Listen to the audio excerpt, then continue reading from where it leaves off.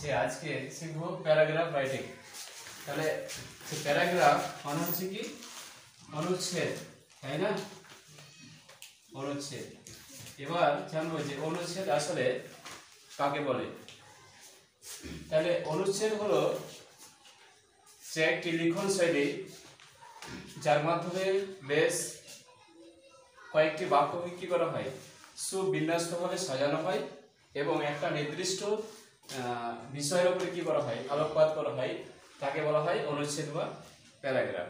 তাহলে হচ্ছে কি paragraph is a piece of writing যে which consist of several sentences and ultimately present or develop a certain topic or theme or particular idea. তাহলে যে অনুচ্ছেদ যে every paragraph has three parts, মানে প্রত্যেকটা প্যারাগ্রাফের কি আছে, তিনটা পার্ট আছে। তাহলে একটা হচ্ছে কি যে ইন্ট্রোডাকশন, একটা পার্টকে বলা হয় কি যে ইন্ট্রোডাকশন। দুই নম্বর পার্টটা হচ্ছে কি যে বডি, তিন নম্বর পার্টটা হচ্ছে কনক্লুশন। এবার ইন্ট্রোডাকশন কি, তাহলে ইন্ট্রোডাকশনকে আবার যে দুইটি ভাগে ভাগ করা হয়। একটা হচ্ছে কি যে টপিক সেন্টেন্স,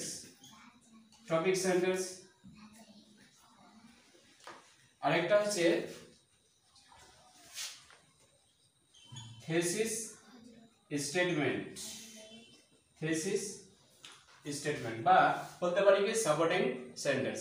এবার টপিক সেন্টেন্সটা কি, যে টপিক সেন্টেন্সটা হচ্ছে যে এই সেন্টেন্সটা এমন হবে যে পুরো প্যারাগ্রাফটার মধ্যে, মানে টপিক সেন্টেন্সটা এমন হবে যে টপিক সেন্টেন্সটা পড়া মাত্রই যে বোঝা যাবে যে প্যারাগ্রাফটা আসলে কি সম্পর্কে।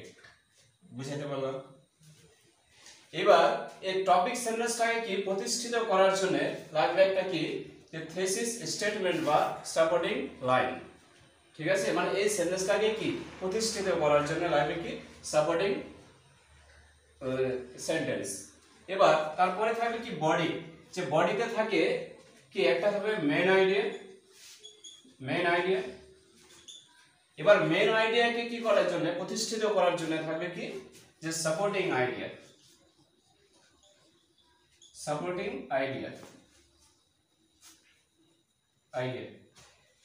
এবার সাপোর্টিং আইডিয়া লেখা হয়ে যাবে তখন কি লিখতে হবে যে কনক্লুশন। এই কনক্লুশনকে আবার যে দুইটি ভাগে ভাগ করা হয়। একটা হচ্ছে কি যে সামারি মানে কি যে পুরো প্যারাগ্রাফটার কিন্তু ভাবটা কিন্তু ওই সামারি সেন্টেন্সের মধ্যে থাকবে। এবার তারপরে থাকে কি যে পার্সোনাল ইনফরমেশন, অর্থাৎ একটা প্যারাগ্রাফ লিখলাম যে পার্সোনাল ইনফরমেশন বা ওপিনিয়ন, যে একটা প্যারাগ্রাফ লিখলাম যে এতে যে আমার মতামত কি, মানে এই মতামত কি যে দিতে পারি। তাহলে এটা হচ্ছে প্যারাগ্রাফ লেখার যে বৈশিষ্ট্য। এবার প্যারাগ্রাফ লেখার কিন্তু যে তিনটা নিয়ম, প্যারাগ্রাফ লেখার হচ্ছে নিয়ম হচ্ছে তিনটা। তাহলে যে প্যারাগ্রাফটা লিখবো প্রথমে কি দিতে হবে যে হেডিং দিতে হবে, অর্থাৎ হেডিং বা টাইটেল মানে কি শিরোনাম দিতে হবে। যে শিরোনামটা দিতে হবে সম্পূর্ণ কি ক্যাপিটাল লেটারে লেখার পর কি করতে হবে, নিচে আন্ডারলাইন করতে হবে। এটা হচ্ছে এক নম্বর নিয়ম। এবার দুই নম্বর নিয়ম কি, তাহলে দুই নম্বর নিয়ম হচ্ছে যে পয়েন্টস ফলো করে লিখতে হবে, অর্থাৎ যে পয়েন্টসগুলো দেওয়া থাকবে ওই পয়েন্টসগুলোকে কি করতে হবে যে ফলো করে কিন্তু লিখতে হবে। আবার যে তিন নম্বর যে নিয়মটা হচ্ছে যে প্যারাগ্রাফ মানে হচ্ছে যে প্যারাগুলো কিন্তু লিখবো না, মানে একটা প্যারাতে কি করতে হবে শেষ করতে হবে। বুঝা গেল? তাহলে this is the basic idea of paragraph writing. এবার যে প্যারাগ্রাফগুলো লিখতে আসবে আমি কিন্তু যে ওয়ার্ড দিয়ে কি করব যে প্রশ্ন করব। এবার সমস্ত প্যারাগ্রাফের ক্ষেত্রে কিন্তু ওয়ার্ড দিয়ে প্রশ্ন করলে কিন্তু হবে না। যে দেখা হলো যে কোনো ব্যক্তি সম্পর্কে লিখতে দিল তখন কিন্তু যে ওয়ার্ড দিয়ে প্রশ্ন করলে হবে না, তখন কিন্তু যে হু দিয়ে প্রশ্ন করতে হবে। এবার সাপোজ যদি বলি যে ডিফরেস্টেশন সম্পর্কে লিখতে দিল, এবার যে ডিফরেস্টেশন জিনিসটা কি মানে কি দিতে হবে, একটা টপিক সেন্টেন্স দিতে হবে, মানে সেন্টেন্সটা এমন হবে ওই সেন্টেন্সটার মধ্যে সেন্টেন্সটা পড়া মাত্রই যাতে বোঝা যায় যে প্যারাগ্রাফটা আসলে কি সম্পর্কে। এখন যদি বলি যে ডিফরেস্টেশন কি, তাহলে কি বলতে পারি, deforestation means cutting down trees indiscriminately and destroying forest. মানে কি যে ডিফরেস্টেশন মানে কি, যে নির্বিচারে গাছ কাটা, আবার কি যে বন কি বলে যে বন ধ্বংস করা, কে বলা হয় কি ডিফরেস্টেশন। এবার যদি বলি যে দেখা হলো যে ফিজিক্যাল এক্সারসাইজ সম্পর্কে, যে ফিজিক্যাল এক্সারসাইজ কি, তাহলে প্রথম প্রশ্নটা হবে আমার যে ফিজিক্যাল এক্সারসাইজ কি, তাহলে কি লিখতে পারি যে physical exercise means a regular movement of the limbs of our body, অর্থাৎ যে আমাদের যে শরীরের যে অঙ্গ প্রত্যঙ্গের যে নিয়মিত চলাচলকে কি বলা হয়, এক্সারসাইজ। ঠিক আছে, দেখালো এলো যে আর্লি রাইজিং, যে আর্লি রাইজিং, তাহলে আর্লি রাইজিং এটা কি, তাহলে কি যে সমস্ত অ্যাকচুয়ালি যে প্যারাগ্রাফগুলো আসবে ওয়ার্ডে দিয়ে কি করব, প্রশ্ন করব যে কি ওটা। এখন যদি বলি যে বুক ফেয়ার সম্পর্কে একটা প্যারাগ্রাফ লিখবো, এবার বুক ফেয়ার কি, তাহলে book fair is a fair where various kinds of books are sold and displayed. মানে কি যে বুক ফেয়ার হচ্ছে কি একটা মেলা, যেখানে কি যে অনেক ধরনের কি বই বিক্রি করা হয় এবং কি করা হয় যে প্রদর্শন করা হয়। ঠিক আছে, এবার দেখা হলো যে আমাকে লিখতে দিল যে ইন্ডিয়া সম্পর্কে, তাহলে এখন যদি বলি যে ইন্ডিয়া কি, তাহলে ইন্ডিয়া কি একটা দেশ, তাহলে যে আমার টপিক সেন্টেন্সটা কি হবে, তাহলে ইন্ডিয়া সম্পর্কে ধরে যে লিখছি, তাহলে যে প্রথমে দেখব কি টাইটেল যে ইন্ডিয়া, তারপরে এটা কি করলাম নিচে আন্ডারলাইন করলাম। এবার যখন প্যারাগ্রাফ লিখবো, ধরো যে এটা হচ্ছে আমার খাতা, যে প্রথম লাইনটা যখন লিখবো তখন কিন্তু এখান থেকে শুরু করব, ঠিক আছে। আবার যখন দ্বিতীয় লাইন শুরু করবো তখন এই দিক থেকে শুরু করবে, এটা হচ্ছে লেখার নিয়ম, বুঝে গেল।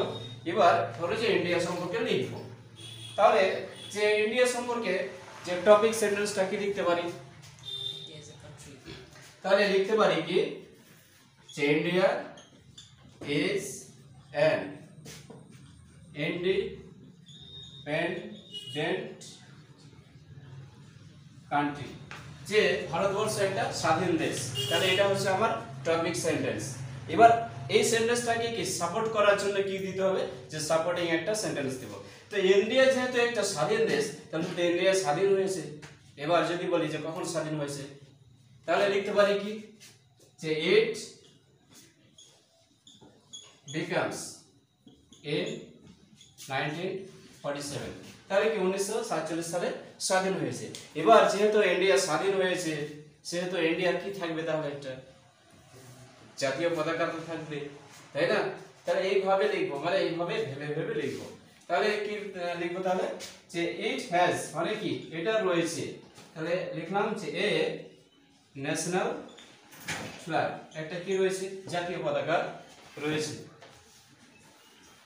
এবার এর যেহেতু একটা জাতীয় পতাকা রয়েছে, তাহলে তো এর কি আছে, একটা তো রং আছে, তাই না। এবার লিখতে পারি কি যে আওয়ার ন্যাশনাল ফ্ল্যাগ, তাহলে আমাদের জাতীয় পতাকা আছে, তাহলে কি লিখবো হ্যাজ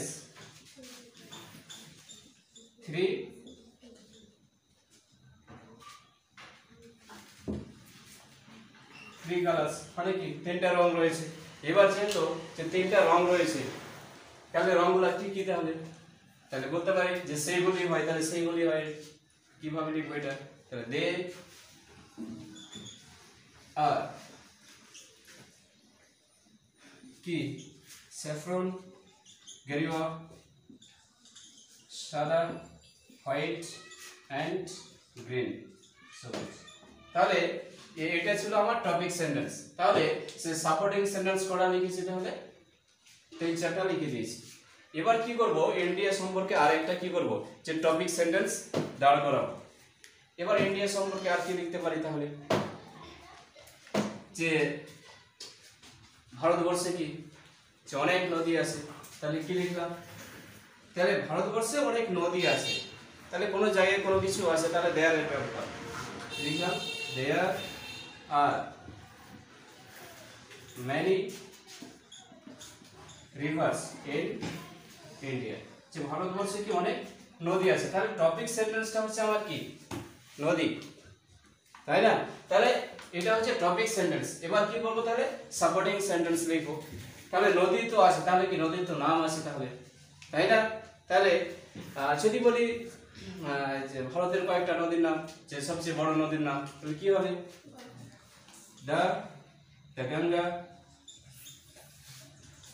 তারপরে কি লিখবো তাহলে আর কি হতে পারে তাহলে কৃষ্ণা তারপরে দ্য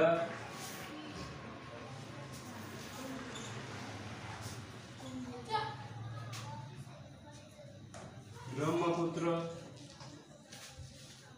and the Jamuna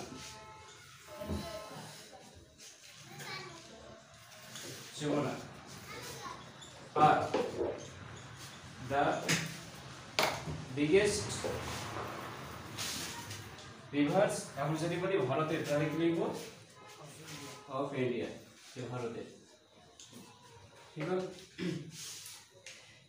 তাহলে কি লিখলাম the Ganga the Krishna the Brahmaputra and Jamuna are the biggest rivers of India এবার কি লিখতে পারি যে ভারতবর্ষের অধিকাংশ মানুষ কি করে যে নদীর উপর কি করে নির্ভর করে এবার যদি বলি যে ভারতের অধিকাংশ মানুষ তাহলে কি লিখব যে মোস্ট অফ দ্য পিপল তাহলে লিখলাম যে মোস্ট অফ দ্য পিপল তাহলে কি অফ ইন্ডিয়া যে most of the people of India মানে কি ভারতের অধিকাংশ মানুষ কি করে নির্ভর করে তার নির্ভর করে কি হবে ডিপেন্ড এবার যদি বলি নদীর উপর তাহলে কি লিখব ওয়ান রিভার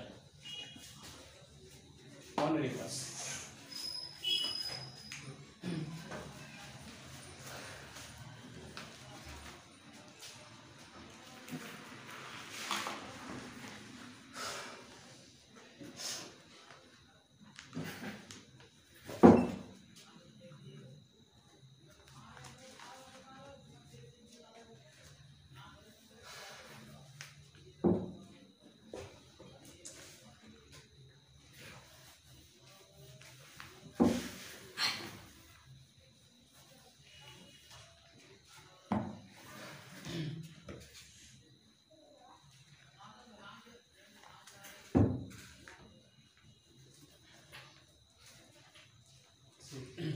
তারপরে বলছি তাহলে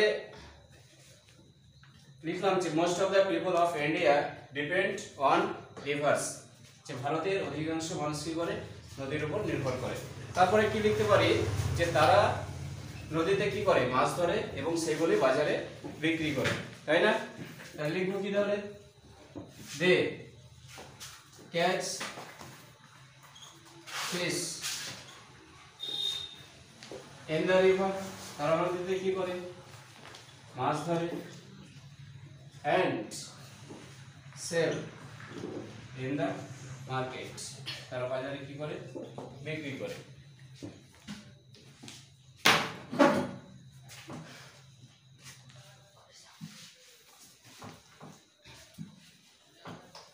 তাহলে এটা ছিল আমার টপিক সেন্টেন্স এবার সাপোর্টিং সেন্টেন্স কিন্তু কয়েকটা লিখেছি এবার কি করব যে ইন্ডিয়া সম্পর্কে আরেকটা কি করব যে টপিক সেন্টেন্স দাঁড় করাবো তাহলে আর কি লিখতে পারি তাহলে যে লিখতে পারি কি যে ভারতবর্ষ একটি কৃষি প্রধান দেশ তাহলে কি লিখব ইন্ডিয়া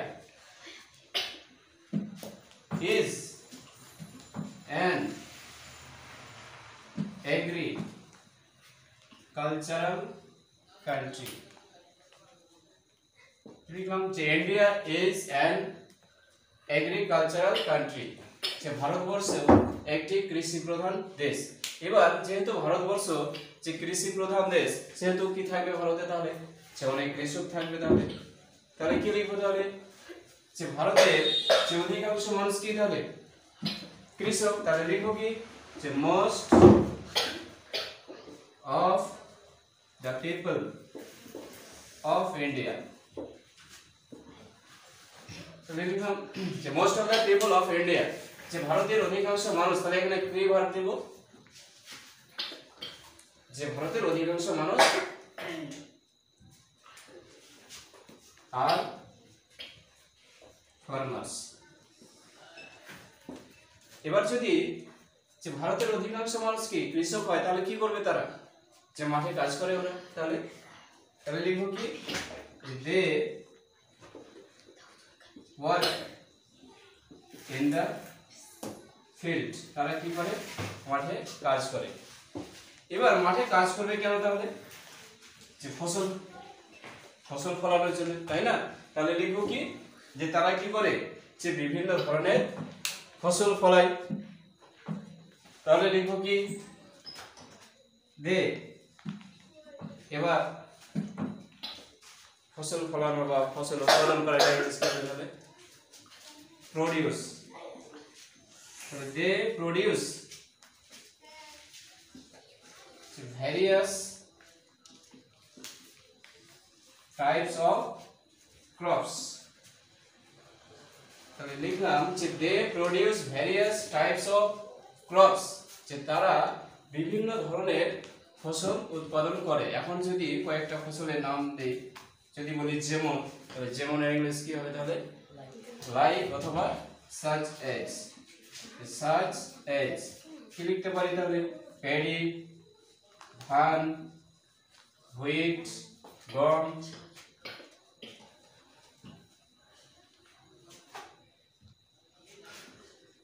and